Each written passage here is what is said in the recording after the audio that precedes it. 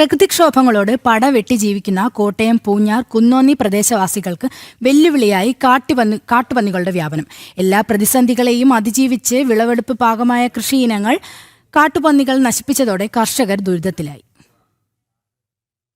മരച്ചീനി, ചേന, ചേമ്പ്, വാഴ, റംബൂട്ടാൻ തുടങ്ങിയ കൃഷിയിടങ്ങൾ വ്യാപകമായി കാട്ടുപന്നികൾ നശിപ്പിച്ചു. പ്രദേശത്തെ പ്രധാന കാർഷിക വിളയാണ് മരച്ചീനി.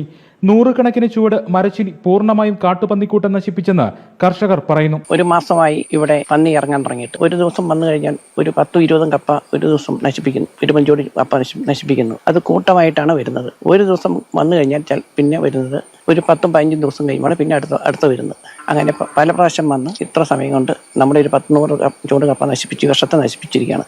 റബ്ബർ തോട്ടങ്ങളും ആൾതാമസമില്ലാത്ത മലനിരകളും കാട്ടുപന്നികളുടെ വിഹാര കേന്ദ്രങ്ങളായി മാറുകയാണ്. പന്നി അങ്ങ് പെറ്റുപെരുകിക്കൊണ്ടിരിക്കുക. കടവാവലുകള്, പഴവർഗ്ഗങ്ങള് നശിപ്പിക്കുന്ന സ്ഥിതിവിശേഷം ഉണ്ടാവും. കാട്ടുകോഴികള് കപ്പയുടെ ചോട് മാന്തി കൊത്തിപ്പറിച്ച് അത് നശിപ്പിക്കുന്നു. വളർന്ന റബ്ബർ തടികളുടെ പോലും ചോടുകളിൽ പന്നി വന്ന് കടിച്ച് അതിന് ഈ റബ്ബർ പാലിന് സ്വല്പം മധുരമുള്ളതുകൊണ്ടായിരിക്കും അതങ്ങനെ സംഭവിക്കുന്നു. മണ്ണരെ കുത്തി എടുക്കുന്നതിന് വേണ്ടി അത് കുത്തി ഇളക്കി മറിക്കുകയാണ് മലയോര പ്രദേശങ്ങളൊക്കെ തന്നെ. കാട്ടുപന്നികൾ മണ്ണിനെ തേടി വ്യാപകമായി മണ്ണിളക്കുന്നത് തോട്ടങ്ങളിൽ മണ്ണൊലിപ്പിനും കാരണമാകുന്നതായി നാട്ടുകാർ പറയുന്നുണ്ട്. ജനം, കോട്ടയം.